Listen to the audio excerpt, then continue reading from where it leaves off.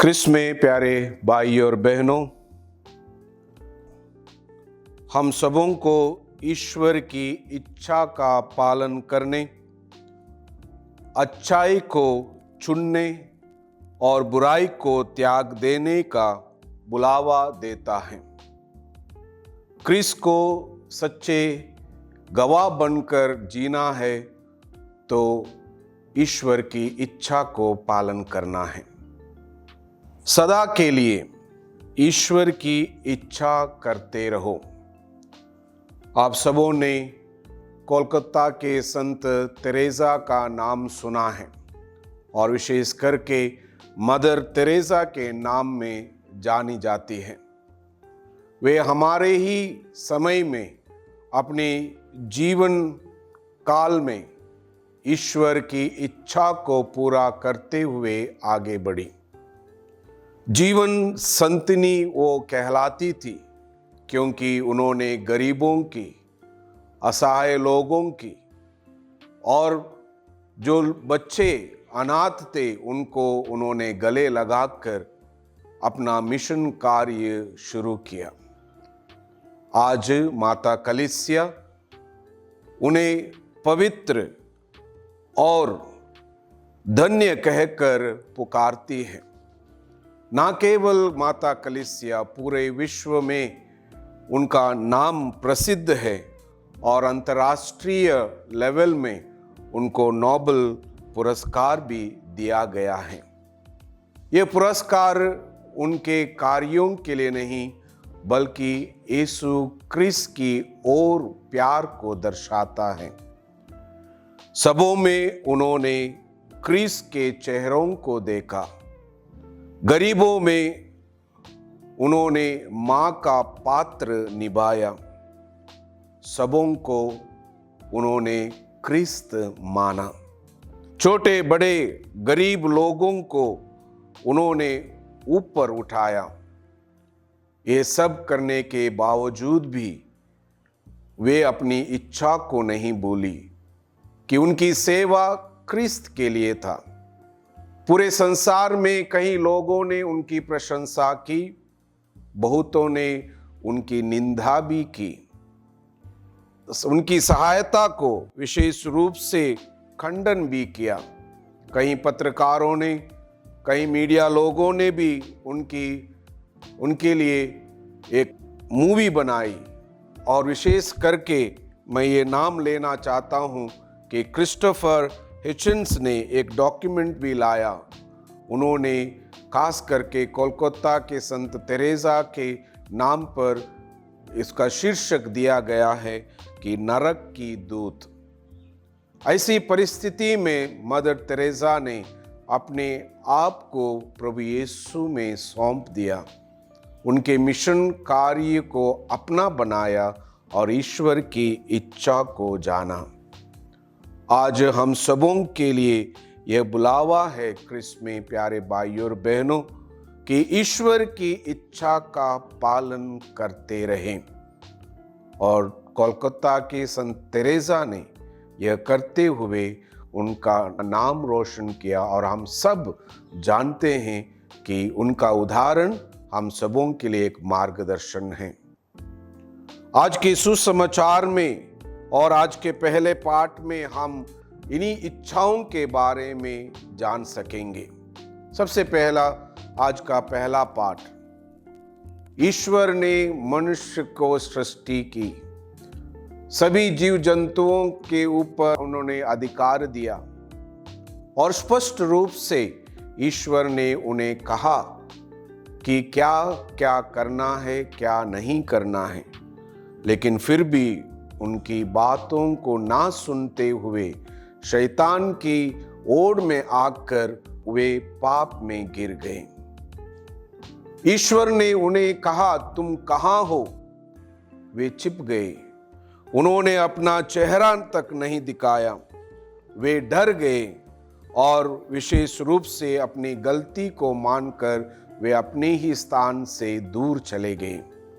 ऐसी परिस्थिति हमारी जिंदगी में भी आ सकती है कि प्रभु की इच्छा को जब हम पूरा करते हैं, प्रभु हमारे साथ हैं उनके आज्ञाओं का पालन हम करते हैं तो उन आज्ञाओं के साथ साथ हम चल सकते हैं।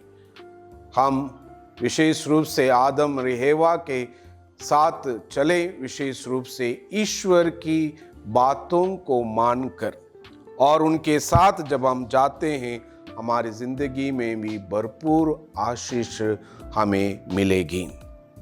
आज के सुसमाचार में प्रभु यीशु अपने विरोधियों और अपनी गलत समझदारी रखते हुए लोगों के बीच में आते हैं।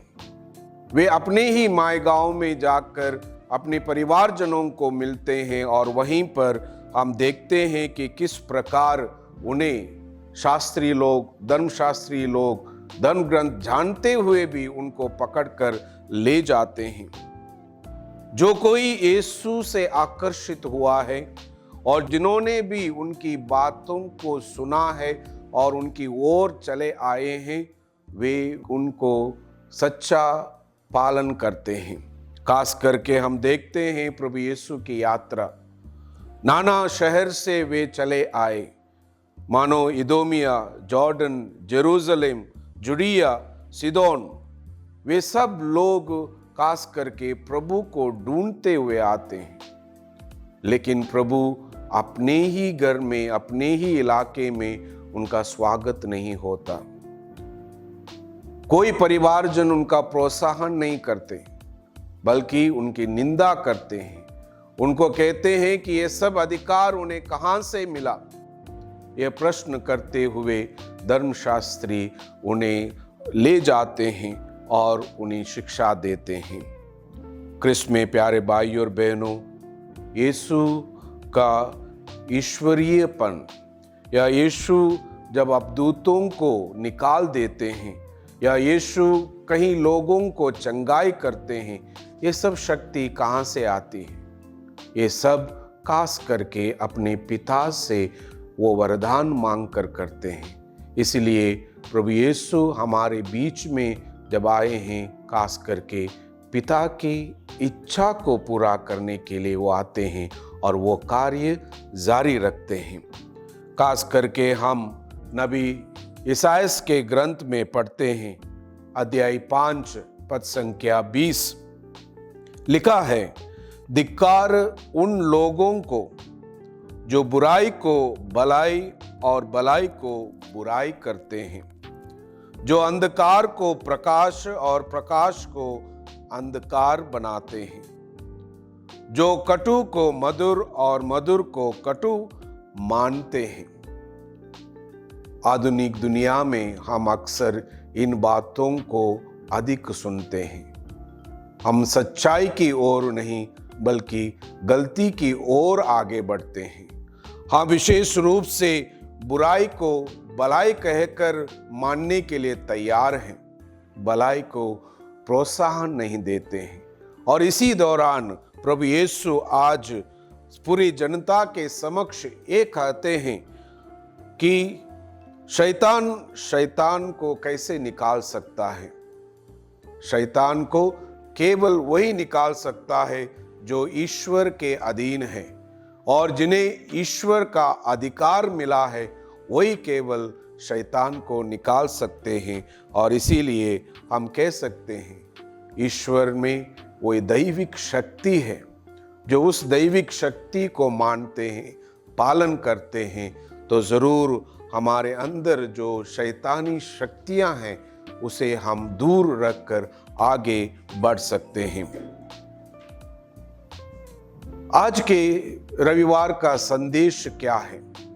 आज विशेष रूप से जब हम यहाँ पर एकत्रित हुए हैं, सबसे पहला प्रभु ईश्वर हमें कहते हैं कि उनकी इच्छा पूरी करो, या उनकी इच्छा को पूरी करने के लिए पूरी क्षमता को लगाओ, ताकि हम सब उनके भाई बहन, ताकि हम सब उनके परिवारजन बन सकेंगे। और इसीलिए आज का संदेश हमारे लिए यही है कि हमारे दैनंदिन कार्यों में हम ईश्वर की इच्छा को पूरी करें। दूसरी बात, ईश्वर पाप को नकार देता है। लेकिन पापी को नहीं। इसलिए जो पाप हमारे अंदर भरा हुआ है, जो कमजोरियां हैं, उसे हम दूर करने के लिए विशेष प्रयत्न करें। और इसीलिए हम ये कह सकते हैं कि वो पाप को नकारता है, पापी को नहीं। वो पापी को हर एक वक्त अपने गले लगाता है और कहता है कि जो ईश्वर की इच्छा के अनुसार जीता है उसे जीवन मिलेगा। क्या मैं वो जीवन लेने के लिए तैयार हूं या जीवन प्राप्त करने के लिए तैयार हूं? क्या मैं विशेष रूप से उन इच्छाओं को पूरे करते हुए अपने आप में एक नया जीवन लाऊं? इसीलिए हम लोगों ने विशेष रूप से पिछले शुक्रवार के दिन प्रभु यीशु का परम हृदय का पर्व मनाया। यह बुलावा है कि हम अपने हृदयों को परिवर्तित करते हुए उसके हृदय के जैसे बनाएं और वहां पर हमें जीवन मिलेगा। यदि नहीं, हम उनकी इच्छा के अनुसार नहीं जीते हैं तो हमें ना खुशी मिलेगी, ना हमारे अंदर जीवन मिलेगा, ना हम किसी का साथ दे सकते हैं, बल्कि हम भी उस आदम और एवा के जैसे जीवन बिताएंगे। और तब प्रभु हमसे प्रश्न करेगा, तुम कहाँ हो? आइए इन शब्दों के ऊपर मनन चिंतन करें। आज हम कहाँ हैं?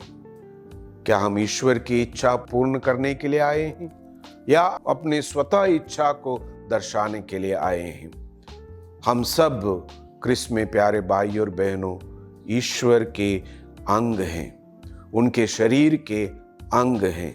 हम उनके भाई बहन हैं, हम उनकी चुनी हुई प्रजा हैं। हम एक दूसरों को भलाई चाहते हैं, हम एक दूसरों को भलाई के मार्ग पर ले जाना चाहते हैं। तो ईश्वर सदा हमारे साथ रहेगा इन विचारों के साथ।